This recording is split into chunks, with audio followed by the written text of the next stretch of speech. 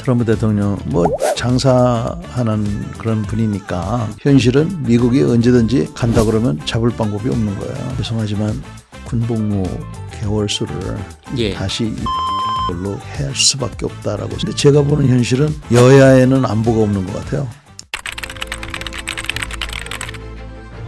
I told South Korea, I'm sorry, you're going to have to pay for your military. We have 40,000 troops over there. You're going to have to pay.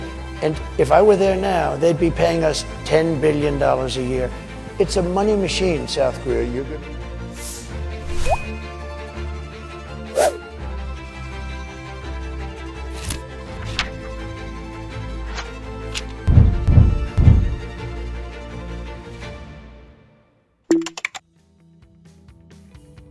주한미군의 완전 철수 이런 거는 가정하기 어렵지만 미국이 가끔 판단에 미스가 있기 때문에 우리나라에 있는 것이 미국의 국익에 큰 도움이 된다고 우리는 생각하지만 미국은 그럼에도 불구하고 어리석게 철수도 할 수 있다. 그렇기 때문에 함부로 미국의 그런 자존심과 인내심을 테스트해서는 안 된다. 그다음 한국군도 어느 정도 수준이 높아졌기 때문에 지금 주한미군이 어떤 군사적 가치 내지는 효용성이 그렇게 큽니까? 상징성이라고 얘기하면 우리가 이제 그 뭐 아무것도 아닌 것처럼 이렇게 들릴 수가 있는데요. 그게 엄청 큰 거예요. 그 상징성이 가져오는 억제력. 북한이 함부로 못 하잖아요. 북한뿐만 아니라 다른 나라도 그렇고.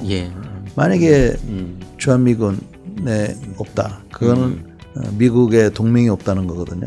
우리 이웃에 있는 깡패들이 지금은 못 건드리지만 찝쩍거리고 그럴 거 아니야. 그러니까 사실은 엄청난 큰 영향력을 미치는 게 이 주한미군입니다. 필리핀 상황을 저희들이 반면 교사로 좀 삼을 만하다고 보십니까? 그럼요.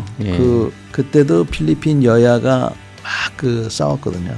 그 사실은 그 필리핀 의회에서 미군 철수를 반대하는 결과가 나왔어요. 그러니까 더 주둔하라고.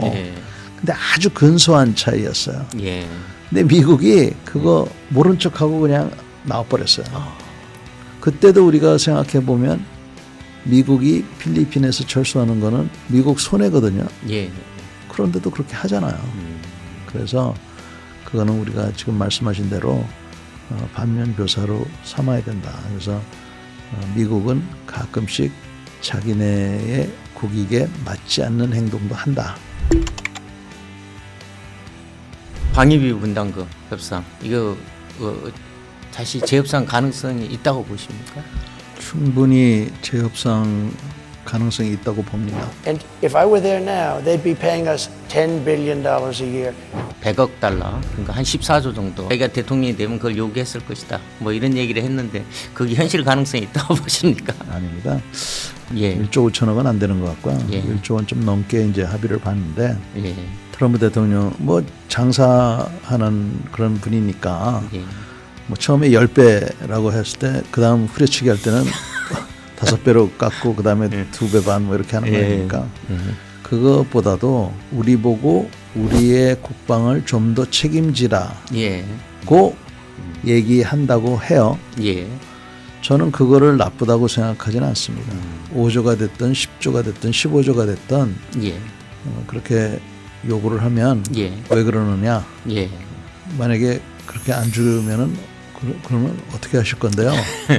이렇게 한번 정중하게 여쭤보고 많은 돈을 주한미군 주둔비에 이렇게 투자를 할 바에는 미국을 잘 설득을 해서 우리의 국방비로 보완을 하는 그런 것도 좀 얘기를 하고 해서 협상을 하여튼 계속 할 필요가 있다고 생각합니다. 협상을 계속. 그리고 뭐 잘만 하면 또 재협상이 아니라 현재 약속은 그대로 유지가 될 수도 있는 소지도 저는 있다고 봐요. 이번에 방위비 분담금을 얘기하면서 전략적 유연성에 대해서 여태까지 한미가 확실하게 합의를 못했습니다. 미국의 전략적 유연성을 인정해주면 미군이 밖으로 나가도 좋다는 것을 허락하는 것처럼 보이니까 그런 거를 보이고 싶지 않았던 거죠.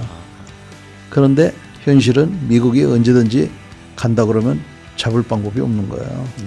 그러니까 그런 현실이라 그러면 이제는 우리가 인정할 건 인정하고 예. 거기서부터 이런 방위비 분담금도 좀 접근하는 이런 그 기회로 썼으면 좋겠다 하는 게 제 생각이에요. 전술핵을 91년도에 다 뺐는데 전술핵을 다시 또 재배치해 정도는 또 그 정도는 또 받아야 되지 않냐 뭐 이런 얘기도 나오는데 그래서 전술핵 재배치 뭐 이런 것도 하나의 옵션이 될 수가 있고요. 예. 실제로 핵무장을 한다고 보면은 우리가 엄청난 고통을 각오를 해야 됩니다. 예. 그렇죠? 예. 지금은 뭐 쉽게 뭐 이럴 수도 있다 저럴 수도 있다 얘기하는데 실제로 핵무장을 하겠다고 마음 먹고 덤벼들기 시작하면 전 세계에 이해 없이 했다가는 우리로서는 감당하기 쉽지 않을 거예요.